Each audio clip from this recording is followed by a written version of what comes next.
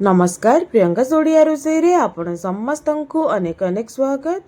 आज मु आपण मानक सहित पश्चिम ओडिशार गोटे रेसिपी जहाँकि आलू चना कखारु और खड़ा देकी तरकारी रेसिपी मु आपण मानक सहित शेयर करी।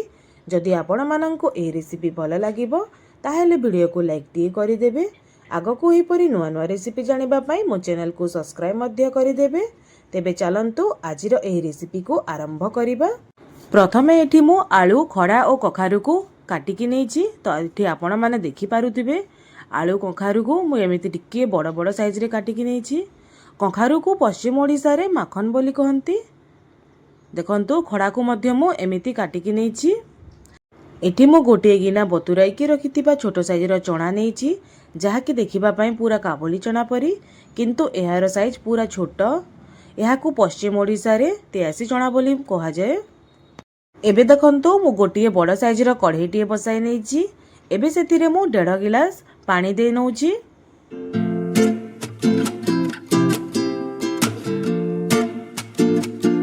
एबे एतिरे अल्प टिकिए लूण दे नबा। एबे पानी को हल्का गरम करि नबा। एबे देखंतु पानी भल भाबरे गरम होई गलानी।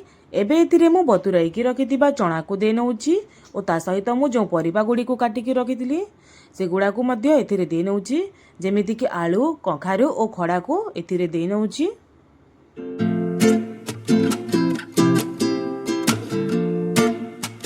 एबे सबु को मु अल्प चलाई नउची। एबे आकु किछि समय पई कवर करिकी परिबा गुडी को भल भाबरे सिझाई नबा। परिबा गुडी को सिझिला भितरे एबे आमे मसला तयारी करि नबा।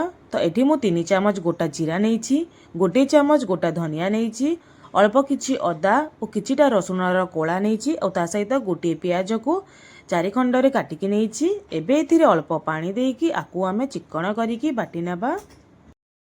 देखंतु मसला को मु भल भाबरे चिक्कण करिकी बाटी नेइछि। एबे आमे लिड खोलिकी आलू चना कखारु और खड़ा को चेक करि नबा। देखंतु ए सबु भल भाबरे सिझी गलानी। हाथ रे मु चेक करिकी मध्य आपण माननकु देखाउची। देखंतु चना केमिति मैश हो जाउची।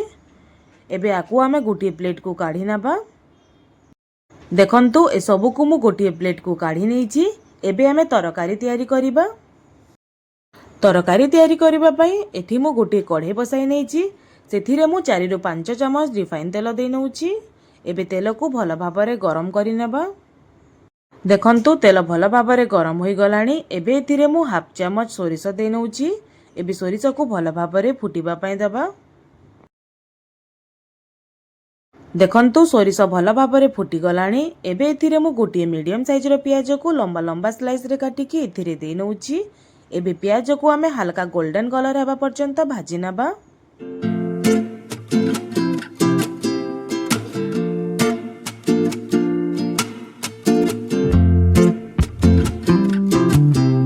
देखंतु प्याज हल्का गोल्डन होई कि भाजी होई गलानी। एबे एथिरे आमे पूर्वरु प्रस्तुत करि रखिथिबा मसला को देई नबा। एबे एथिरे मु हाफ चमच हल्दी पाउडर और हाफ चमच कश्मीरी रेड चिली पाउडर दे नउची। एबे मसला को आमे भल भाबरे कसी नबा।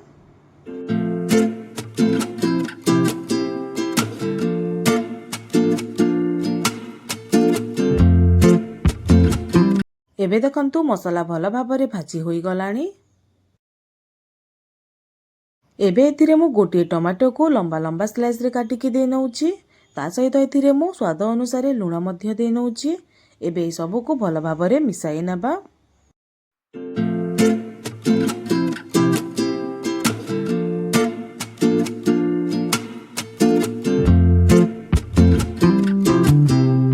एबे आकु कवर करिकी टमाटो को भल भाबरे सिझिबा पई देबा। एबे लिड खोलिकी देखिबा। देखंतु टमाटो भल भाबरे सिझी गलानी।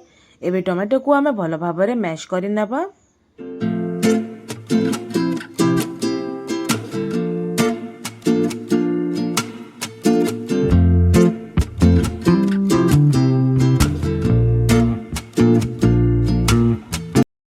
एबे एथिरे आलू चना कखारु और खड़ा को जो सिझेकी रखिथिले ताकू दे नबा।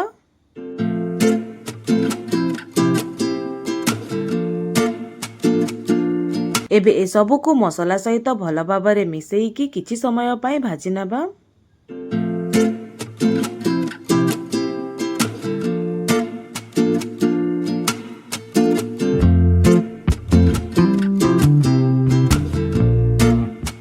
ଦେଖନ୍ତୁ ଏସବୁକୁ ମୁଁ ଭଲ ଭାବରେ ମିଶେଇ ନେଇଛି। ଏବେ ଏଥିରେ ମୁଁ 2 ଗିନା ପାଣି ଦେଇ ନେଉଛି। ଯେଉଁ ଗିନାରେ ମୁଁ ମସଲାକୁ ବାଟିକି ରଖିଥିଲି ସେହି ଗିନାରେ ମୁଁ ପାଣି ନେଇକି ଏଥିରେ ଦେଇ ନେଉଛି। ତା ସହିତ ଏଥିରେ ମୁଁ 1 ଚାମଚ ଗରମ ମସଲା ମଧ୍ୟ ଦେଇ ନେଉଛି। ଏବେ ଏସବୁକୁ ଭଲ ଭାବରେ ମିଶେଇ ନେବା।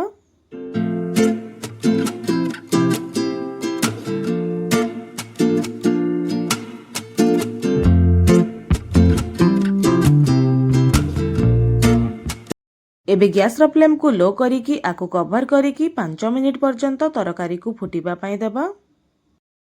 5 ମିନିଟ୍ ପରେ ଏବେ ଲିଡ୍ ଖୋଲିକି ଦେଖିବା। ଦେଖନ୍ତୁ ତରକାରୀଟି ଭଲ ଭାବରେ ଫୁଟିଗଲାଣି। ଏବେ ଦେଖନ୍ତୁ ପ୍ରସ୍ତୁତ ହୋଇଗଲା ଆମର ଆଳୁ ଚଣା କଖାରୁ ଓ ଖଡ଼ା ତରକାରୀ। ଏହି ରେସିପି ଆପଣମାନଙ୍କୁ କେମିତି ଲାଗିଲା କମେଣ୍ଟ କରି ନିଶ୍ଚିତ ଜଣାଇବେ।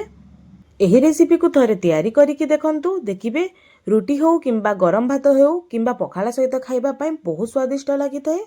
ତେବେ ଆଜି ପାଇଁ ଏତିକି। ପୁଣି ଆସିବି ଆଉ ଗୋଟେ ନୂଆ ରେସିପି ନେଇକି। ସେ ପର୍ଯ୍ୟନ୍ତ ରହୁଛି। ନମସ୍କାର।